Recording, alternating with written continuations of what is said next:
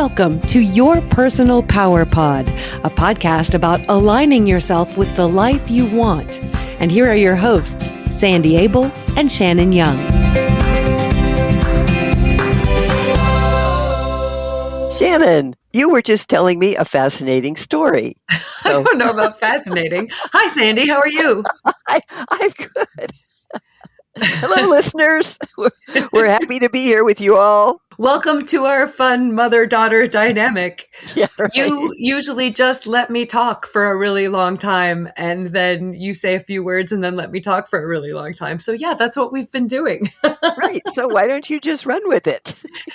Well, we were talking about this movie that I saw that recently came out called Is This Thing On? And it's about a married man and his wife and how their marriage is kind of falling apart because they've lost connection with each other and they don't know how to talk about it or connect anymore. And ultimately what it comes down to, here's a spoiler in case you haven't seen the movie, they both had lost touch with the things in their life that brought them joy and purpose and passion. And so they had to kind of figure that out. And I really related to that because I and some of my friends are at this point in life where we're in middle age now and kids are grown and off to school and you're like questioning, okay, who am I now? Because I'm different than I was before I got married and I'm not doing a lot of the things that used to define me. And so feeling just a little bit like we don't know what to do. Who are we? And that's a really scary place to be. And it's a little bit overwhelming because people say, well, just try new things. Well, that sounds really easy, but it isn't always just that easy. And so just like, what do you do? And so the movie really spoke to me. And it also ties into what our topic is today. We didn't know when we scheduled this topic for the day. I saw the movie yesterday. And we had already planned to do this. It's just the universe putting me in the right place at the right time. It works out that way. Yeah. So today we're talking about what to do when you don't know what to do. Absolutely. And there's so many different situations where you can not know what to do. You might feel stuck or just overwhelmed or paralyzed or not even sure where to go or how to take the next step. So if you find yourself in that place, the first thing to do is just stop, pause. Take a beat. Yeah, just breathe and get clear instead of rushing off to any decision. I like that you say give yourself permission to stop. Yes, absolutely. That can be hard. We live in this culture that's like, go, go, go, do. And it somehow can feel selfish to be like, no, I'm going to sit here for a minute. Absolutely. Unless it's an emergency. Obviously, Yes. If you're in an emergency situation, you have to take action quickly. But 99% of the time, it's not an emergency. So you can just shut out all the noise and name what you're feeling. When you're saying, I don't know what to do, you're really saying, maybe I'm afraid of something. Or maybe I have a huge, overwhelming feeling that's impacting me. Or maybe I'm just tired. Yes, that happens a lot. So you've got to give yourself permission to just take a break and stop. What does naming it do for us? If you name your feeling, you find out, is it a fear of failure? Is it a fear? Are you afraid of choosing the wrong thing and then having to pay the consequences? Are you afraid you might lose your old identity? So if you can label what you're actually feeling, then you'll know what's stopping you. It kind of takes away its power. Exactly. It's also important to just shrink the question. Instead of what should I do with my life or which path is right, which is just huge. And I know a lot of young people are asking themselves that question, but also a lot of people, like you were saying in your stage, Shan, you're in a life shift where kids have gone off to school, or maybe you've changed jobs. Maybe you've decided you've never really liked your job and there's something else you've always wanted to do, but you don't know how to do it. Instead of just saying, oh, I have to solve this now, ask yourself, what do I want the end result to be? What do I want to feel? Yeah. And what's the first step to get to that? And then ask yourself, once you've taken that step, okay, now I'm here. How does this feel? Be sure to check in with your feelings all the time. Mm-hmm. And then, okay, what is the next step? You don't have to see the whole picture. No, I never have. Have you?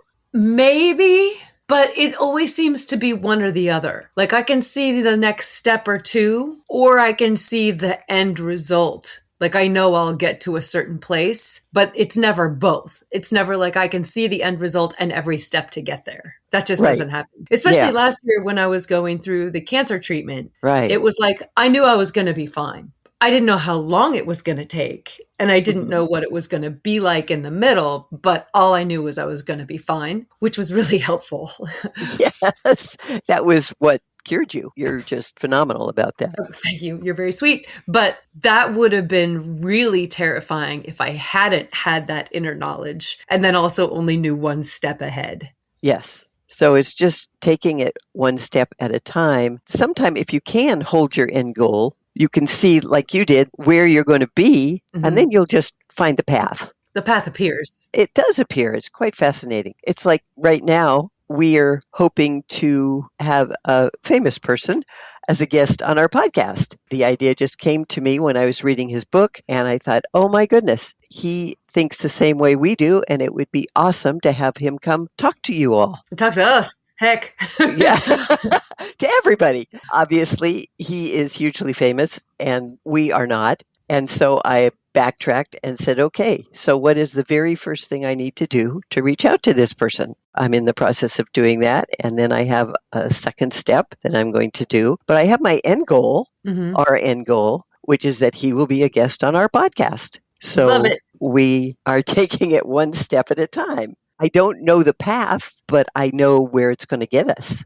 This is in my life the biggest lesson that I've taken from all of this is just start. You don't have to know what you're starting. Sometimes it's as simple as I don't know how to do this. How do I do this? Googling it. Just Yes, Googling it or asking somebody or doing some research.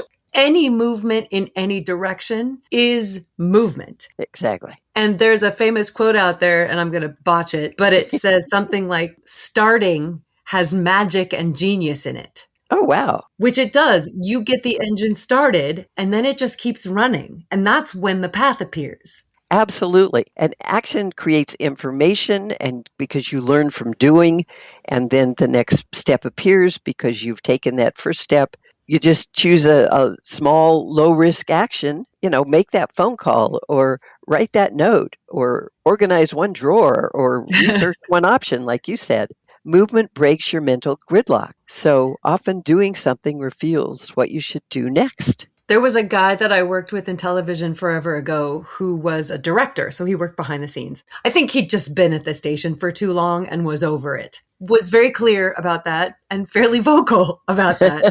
And I would get really frustrated with him because I was saying, try to go somewhere else. Find somewhere else you want to go, send out tapes. Don't stay here if you're miserable. And I don't know what he did over those years, whether he sent out a bazillion resumes or whether he did nothing. It often felt like he did nothing. But he sat on that for so long and put out into the universe for so long that I want to be somewhere else doing the same thing in a bigger market, better money, all that. That when he finally got around to sending out a tape that I know about, he wound up at ESPN. There you go.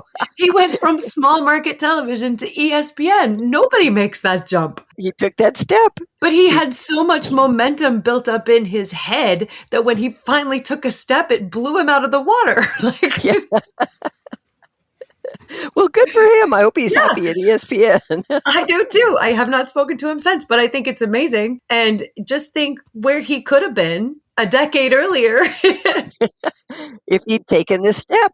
Yeah, that's the thing is you can sit and mull it over for just so long. Eventually, a lot of people just do that to the point where the opportunities are gone or they're too old or things have shifted where their dream isn't possible or reality anymore. Yeah, the window closes. Yes, take action, any action, and it will lead to the next action as long as you're committed to your end goal. And remember that when steps appear, you can take them or you cannot. If you get started on, say, belly dancing, and you don't know, you think you might want to be a belly dancer in your off time or professionally, I don't know. And you start checking out belly dancing classes, and then you go to a couple of belly dancing classes, and then it's time to perform belly dancing, and you're like, I don't know that I really want to be a belly dancer. You don't have to take that next step. Or That's you can right. just re-divert and create a new path and go somewhere else with your belly dancing, you know? Right.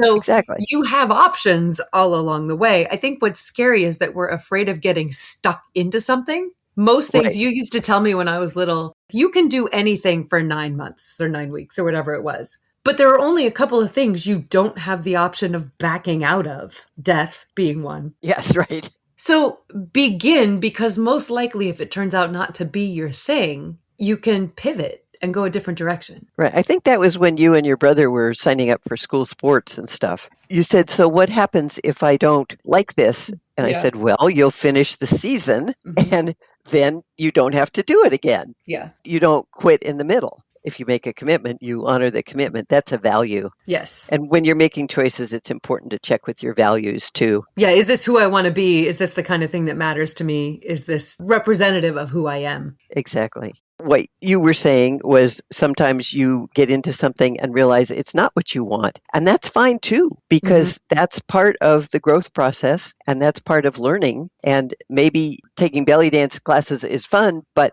you don't want to perform. That's not who you are. Or not something you're interested in, but you just like the exercise. So as you move along through the process, you're gaining information so you can make the next decision. American society is super hung up on failure. That's one of the things I hear a lot from people when they don't try something. I can't tell you how many people in my life have said, and I'm probably one of them, I don't want to do that if I'm not going to be great at it. Right out of the gate, Wow. which is totally unlikely for most things. Oh, yeah. There's only a few superstars, Right. who are just born to do what they do. Other people just do it for fun. And they probably weren't great at it when they started either. Ed Sheeran has a cute little video where people are talking about talent. He says, "Oh, I haven't always been able to sing, and here's a video to prove it." Like this Good took for work him. and time and effort. And, I was not born being able to do this. So there's an awesome book I read forever ago called The Geography of Bliss, which is basically this person who's on a mission to figure out which country is happiest and why. And essentially it comes down to, it was like Finland or Iceland or one of those countries that's always in dark all the time. And cold. And cold. And the reason that the people there are happiest is because their culture doesn't have a hang up with failure. Right. It's encouraged. Yeah, of course you're going to fail. Try new things, fail. Try new things, fail. That's the whole point of trying new things, to see if you're good at it, if you like it, if you want to keep putting more energy into it. Exactly. Nobody starts something and is perfect at it right off the bat. If you do that, you've got an incredible talent and run with it. But that is not something that happens a lot. I'm reading Oz Perlman's book called Read Your Mind, which is a great book. I suggest it for anybody. He talks about the importance of being uncomfortable and facing your fears, embracing discomfort instead of running from it. He's a mentalist. He talks about when he first started performing when he was a teenager and how he failed multiple times, all the time. And he just kept going back because every time he learned more. Now he's hugely successful because he did not quit. He embraced the failure and the discomfort of failing. So if you're not sure what to do, just go for it, give it a try, and see. Because the worst that can happen is you can fail and you'll learn something. There's an interview with Dolly Parton where she talks about that, how she's never been concerned with failing because every time she fails, she learns something, which means ultimately she's winning. So she's like, yeah, I've never worried about failing. Yeah, if you can embrace that, then you will always be able to figure out what to do. And also, it's good to talk to somebody you trust, not because they can give you all the answers, but because they will listen and support you and help you hear yourself more clearly. Sometimes saying your thoughts out loud is enough to realize which direction is best for you. Yes, and they can also help remind you of who you are. Right, and who you want to continue to be. And then understand that it's all temporary. It's a transitional phase. We all go through that. You're not broken. You're just doing what we do. And clarity often comes once you accept that. Okay, I'm in this weird place. I had a friend when I was in high school. She told me once, I'm just going through an ugly phase right now. And I thought, what a genius way to think about it. We all have days where we don't feel good looking. She's beautiful, but she just wasn't feeling like herself. And she thought she was not real hot that day. And she's like, I'm just going through an ugly phase. And I thought that is such a healthy way to look at, because she knows she's not going to feel this way forever. Right. It's temporary. It's just where I am right now. And if you can see things like that, it will be a whole lot easier to deal with them and move on from them. Once you accept it, then you allow the clarity to come. If you agonize over it, you keep yourself stuck. Exactly. Then you just emphasize wherever you're stuck. And then I always talk about how much I just love to go for a walk, listen to the birds, and just doing nothing, just walking is a good choice to take if you're stuck. Get out from yourself and go be in nature or meditate or relax and let go of whatever it is you're obsessing about. Yeah, stop thinking about it. And along those lines, physical movement helps. Yes, always. Not lifting, 100-pound weights, but Unless you're into that. well, unless you're into that, but that wouldn't work for me. I don't do that. But there are people who do, and some people really like that extreme exertion That's because true. it puts them in the moment the same way that your walking does for you. Yeah, I know a lot of runners. They get in the zone after several miles, and it's their meditation place. It helps them just focus, and they let go of all the concerns, all the worries. They just focus on running. If you have something that will do that for you, make sure you do it, especially if you're in a place where you're not sure what to do. And then also allow yourself to just be still, which is really hard for us as Americans. We don't do stillness. We think you're supposed to be moving all the time. Mm-hmm. You see somebody you haven't seen in a while and they say, "Oh, what are you doing these days?" Being still.